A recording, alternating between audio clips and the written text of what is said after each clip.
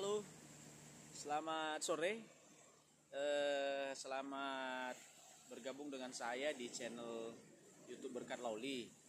Saat ini, saudara yang dikasihi Tuhan, saya sedang berada di Gunung Sitoli.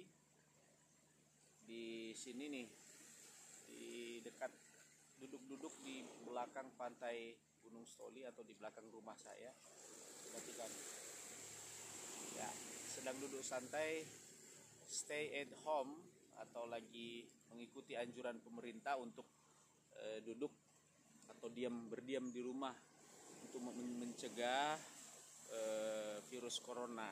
Jadi mari juga saya ajak seluruh masyarakat di Pulau Nia, Sumatera Utara, Indonesia untuk bisa mengikuti himbauan pemerintah. Nah, terkait postingan saya di Facebook dan di media sosial lainnya mengenai pendaftaran kartu prakerja, perlu saya sampaikan ini adalah program Jokowi yang diteruskan melalui pemerintah daerah di Sumatera Utara dan selanjutnya diteruskan ke kabupaten kota.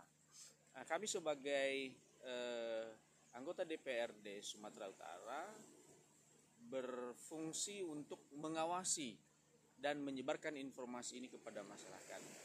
Nah, untuk menjawab berbagai pertanyaan yang disampaikan oleh masyarakat kepada kami melalui WA, melalui Facebook, melalui Messenger, beberapa pertanyaan yang saya himpun antara lain yang pertama tentang usia.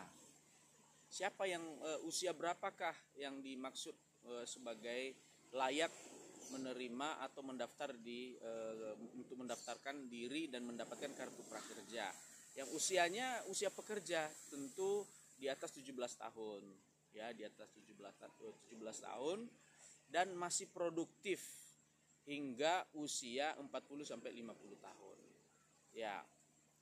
Dan tidak masalah dengan umur, yang penting nanti dari dinas sosial atau dinas tenaga kerja kabupaten kota akan menanya-nanyakan kepada saudara ketika saudara sudah mendaftar, dan tentu nanti mereka yang akan lebih tahu seperti apa dan sebagaimana kita layak atau tidak untuk menerima kartu tersebut, ya. Nah, berikutnya saudara yang dikasihi Tuhan, yang kedua mengenai pendidikan. Di sini tidak diharuskan pendidikannya, ya, tidak diharuskan pendidikannya. Yang penting kalau di informal dia pernah bekerja di sebuah perusahaan, lalu dia dipecat atau perusahaan tersebut merumahkan dia, ya, merumahkan pekerja ini. Ini yang disebut sebagai pekerja informal. Pekerja formal maksud saya. Saya ralat pekerja formal. Dia pengangguran dari sebuah perusahaan yang memecat, memberhentikan atau PHK, atau saudara sedang dirumahkan karena situasi yang sedang terjadi saat ini. Berikutnya, saudara, yang informal ini banyak, ya, seperti ojek pangkalan, RBT kalau di Nias, ojek pangkalan, kemudian buruh tani, buruh pelabuhan, buruh pekerja harian lepas lainnya, kerja di toko, ya, ini pekerja informal yang memungkinkan untuk mendaftarkan diri untuk menerima sebagai calon penerima kartu prakerja dari pemerintah. Jadi yang ketiga, pertanyaan yang saya dapatkan di situ mengenai apakah bisa mendaftar secara online. Di situ ada websitenya, bisa mendaftar secara online. Jadi saudara tinggal klik dan mungkin karena saat ini websitenya penuh, ya, banyak mungkin dari seluruh Indonesia mendaftarkan diri, maka agak lemot, ya, websitenya. Tapi klik-klik terus, ya, harus ada sedikit usaha dari teman-teman untuk masuk melalui website yang sudah tersedia. Oke, yang keempat, ada juga pertanyaan yang saya dapatkan, di mana saya bisa mendaftar. Nah ini nih penting ya, bagi saudara yang memiliki KTP Nias, mendaftarlah di Kabupaten Nias. Bagi saudara yang punya KTP Kota Gunung Sitoli, mendaftarlah di wilayah Kota Gunung Sitoli.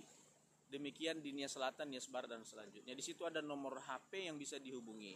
Atau lebih gampangnya, saudara boleh berkunjung langsung di kantor Kemenaker, ya, Kemenaker kota atau kabupaten di mana saudara berdomisili. Langsung, kalau seandainya nomor HP-nya tidak bisa dihubungi karena kesibuk atau ada gangguan jaringan lainnya, saudara boleh langsung. Ya harus sedikit ada usaha, ya ada usaha, sehingga saudara bisa mendapatkan informasi yang lebih banyak, yang lebih akurat. Ya, bagi yang sudah berhasil masuk dan mendaftar, ya lengkapi data dengan lengkap, ya. Demikian juga yang lain. Yang paling penting di situ ada dua yang harus saudara siapkan. Yang pertama, alamat emailnya harus yang bisa dihubungi, alamat email yang aktif. Yang kedua, nomor HP yang bisa dihubungi. Pastikan itu tidak salah memasukkan nomornya, sehingga ketika satu saat saudara dihubungi atau untuk mendapatkan informasi, saudara bisa mendapatkan informasi tentang bagaimana kelanjutan dari pendaftaran tersebut. Ya, banyak-banyak mencari informasi di website resmi pemerintah, atau ikuti perkembangannya melalui Facebook, ya, melalui nomor HP yang sudah saudara minta dari Kemenaker kabupaten kota. Oke. Dan ada satu lagi yang juga ditanyakan kepada saya di medsos, di media sosial, bagaimana kami yang sudah merantau, ya, sedang dalam perantauan. Tidak jadi masalah, saudara boleh mendaftar, tetapi di kabupaten asal saudara.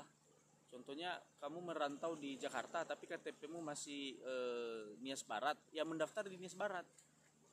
Ya, artinya dari mana KTP kita berasal, di situ kita mendaftar. Tidak jadi masalah, ya. Makanya saya bilang komunikasi itu yang paling penting untuk kita bisa mendapatkan informasi yang jelas dan akurat.